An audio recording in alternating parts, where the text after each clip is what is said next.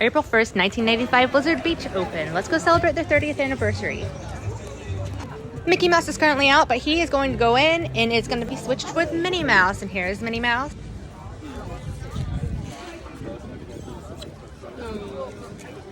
Goodbye. Bye, Minnie. Have a good day, Minnie. Let's go get some temporary tattoos. Oh, Thank you. they're so cute. Do you want water? Let me see.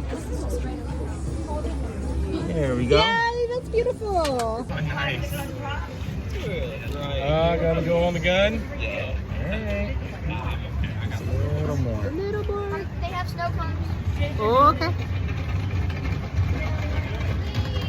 There we go. Amazing. That is so It's so beautiful. I'm really excited. Alright. You gotta fill out that entire paper.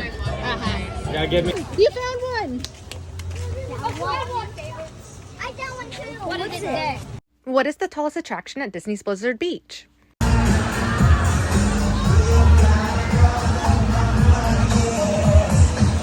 I'm here at Blizzard Beach for the 30th anniversary and I got to see Tim Tracker. Here's my photo with him. Hey, Cab.